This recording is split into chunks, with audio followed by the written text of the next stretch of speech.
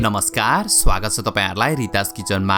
आज हामीले pork curry यानी कि सुँगुरको मासुको रेसिपी लिएर आएका छौं। तपाईहरु धेरै जनाले सुँगुरको मासु पनि बनाउनुस् न भनेर कमेन्ट गर्नुभएको थियो।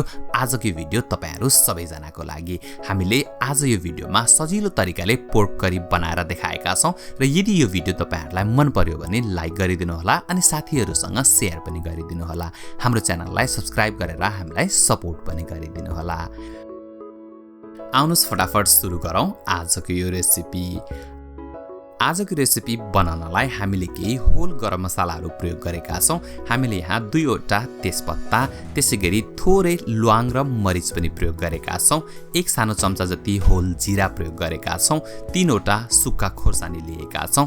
त्यसैगरी सानो टुक्रा दालचिनी अनि थोरै सुकमेल र स्टार एन्स पनि प्रयोग गरेका छौं। त्यसैगरी हामीले यहाँ केही पाउडर मसलाहरू पनि प्रयोग गरेका छौं। हामीले 2.5 सानो चम्चा नुन लिएका छौं। नुनलाई आफ्नो स्वाद अनुसार एडजस्ट गर्नु होला। 1 सानो चम्चा खोर्सानीको धुलो पाउडर, 1 सानो चम्चा जिराको धुलो पाउडर, 1.5 सानो चम्चा धनियाको धुलो पाउडर, 1 सानो चम्चा काश्मिरी मिर्च पाउडर, त्यसैगरी आधा सानो चम्चा बेसार र आधा सानो चम्चा मरिच प्रयोग गरेका छौं। त्यसैगरी हामीले यहाँ केही भेजिटेबल्सहरु पनि प्रयोग गरेका छौं। हामीले 2 वटा प्याजलाई मसिनो गरी काटेर प्रयोग गरेका छौं। त्यसैगरी हामीले 3 वटा खोर्सानीलाई पनि मसिनो गरी काटेका छौं। त्यसैगरी हामीले यहाँ 1.5 ठूलो चम्चा जति अदुवा लसुनको पेस्ट पनि तयार पारेका छौं र थोरै हरियो प्याज पनि प्रयोग गरेका छौं। छ भने प्रयोग गर्नु होला, छैन भने प्रयोग नगर्दा पनि हुन्छ।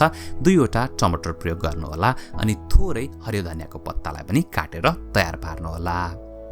आजको रेसिपी बनाउनलाई हामीले यहाँनिर 850 ग्राम पोर्क लिएका छौं। तपाईहरुले पनि भिडियोमा देखाएसरी नै पोर्कलाई पहिला लाम्चो गरेर स्लाइस गर्नु होला अनि त्यसपछि यसलाई सानो सानो टुक्रामा काटेर तयार पार्नु होला। पोर्क करी बनाउनलाई मासु छान्दाखेरि जहिले पनि छाला, बोसो र मासु भएको मासु लिनुभयो भने त्यसको पोर्क करी एकदमै मिठो बन्छ।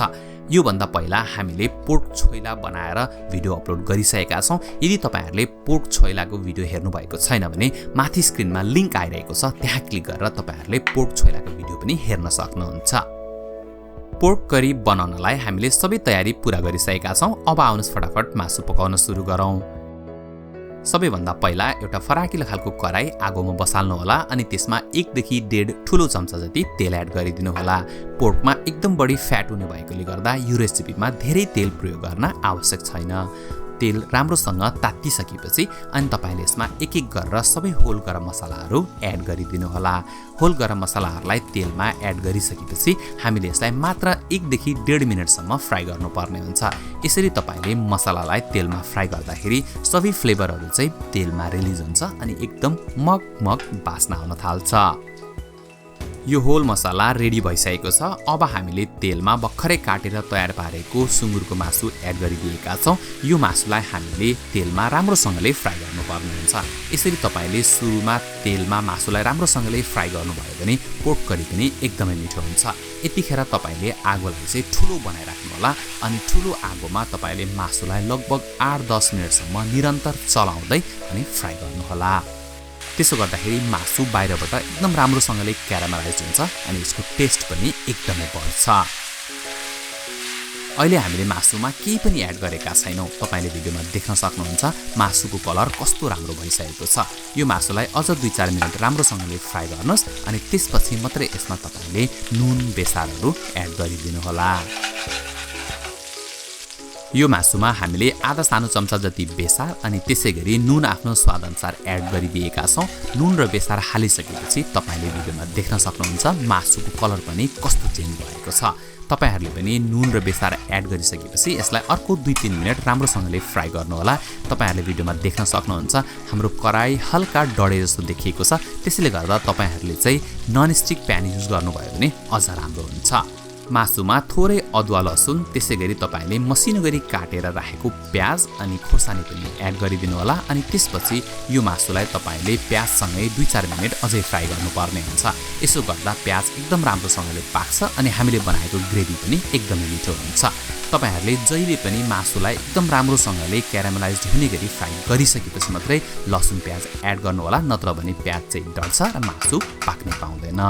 अब हामीले यसमा सबै पाउडर मसलाहरू एक एक गरेर एड गरिदिएका छौं। यदि तपाईहरुले ठूलो क्वान्टिटीमा मासु बनाउँदै हुनुहुन्छ भने त्यही अनुसार तपाईहरुले मसलाको क्वान्टिटी पनि बढाउनु पर्ने हुन्छ।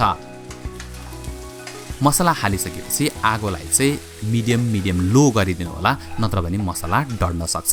र तपाईले भिडियोमा देख्न सक्नुहुन्छ यो भुटुवा सुँगुरको मासु बनेर तयार भइसकेको छ। तपाईहरुले यो मासुलाई यतिकै सर्भ गर्न पनि सक्नुहुन्छ। तर आज हामीले यहाँ ग्रेभी बनाउने भएकोले गर्दा यसमा टमाटर र हरियो प्याज एड गरिदिएका छौं अनि यो मासुलाई हामीले अर्को 2-4 मिनेट अझै फ्राई गरेका छौं। हामीले यसरी मासुलाई 2-4 मिनेट अझै फ्राई गर्दाखेरि यसमा भएको टमाटर राम्रोसँगले गल्छ अनि ग्रेभी पनि एकदमै राम्रो बन्छ। तपाईहरुले भिडियोमा देख्न सक्नुहुन्छ टमाटर एकदम राम्रोसँगले गलिसकेको छ। अब हामीले यसमा 200 देखि 300 ml सम्म पानी एड गरिदिएका छौं। वास्तवमा पोर्क करीमा पानी एड नगरिकन पनि बनाउन सकिन्छ, तर यदि तपाईहरुलाई अलिकति हल्का ग्रेभी मन पर्छ भने थोरै पानी राखेर अनि यसलाई ढाकिदिनुस् र यसलाई 10 मिनेट सम्म सानो आगोमा पाक्न दिनुस्। 10 मिनेट सम्म यो मासु पाकिसकेको छ र तपाईहरुले भिडियोमा देख्न सक्नुहुन्छ यो मासु कस्तो राम्रो देखिएको छ। यो मासुमा अब तपाईहरुले थोरै धनियाको पत्ता राखेर यसलाई फिनिश गर्न सक्नुहुन्छ, तर हामीले यसमा हरियो प्याज प्रयोग गरेकोले गर्दा धनियाको पत्ता नराख्दा पनि हुन्छ। धनियाको पत्ता बिल्कुल अप्सनल हो। आज हामीले यो रेसिपीमा थोरै धनियाको पत्ता पनि प्रयोग गरेका छौं। धनियाको पत्ता हालिसकेपछि तपाईहरुले ग्यास बन्द गरिदिनु होला अनि त्यसपछि यसलाई एक पटक राम्रोसँगले मिक्स गरिदिनु होला। अब तपाईले यो मासुलाई आफुलाई मनपर्ने स्टाइलमा सर्भ गर्न सक्नुहुन्छ। तपाईले यो मासुलाई चिउरासँग, भुजासँग, खाजाको रूपमा सर्भ गर्न सक्नुहुन्छ अथवा तपाईले यसलाई भात, रोटीसँग खानाको रूपमा पनि सर्भ गर्न सक्नुहुन्छ।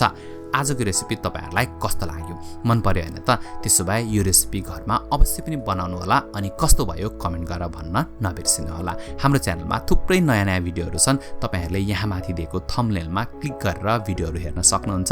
साथै तपाईहरुले हाम्रो च्यानललाई सब्स्क्राइब गर्न पनि सक्नुहुन्छ। हामी यस्तै नयाँ भिडियो लिएर आउने गर्दछौं। भिडियो हेरेर साथ दिनु भएकोमा तपाईहरु सबैजनालाई धेरै धेरै धन्यवाद।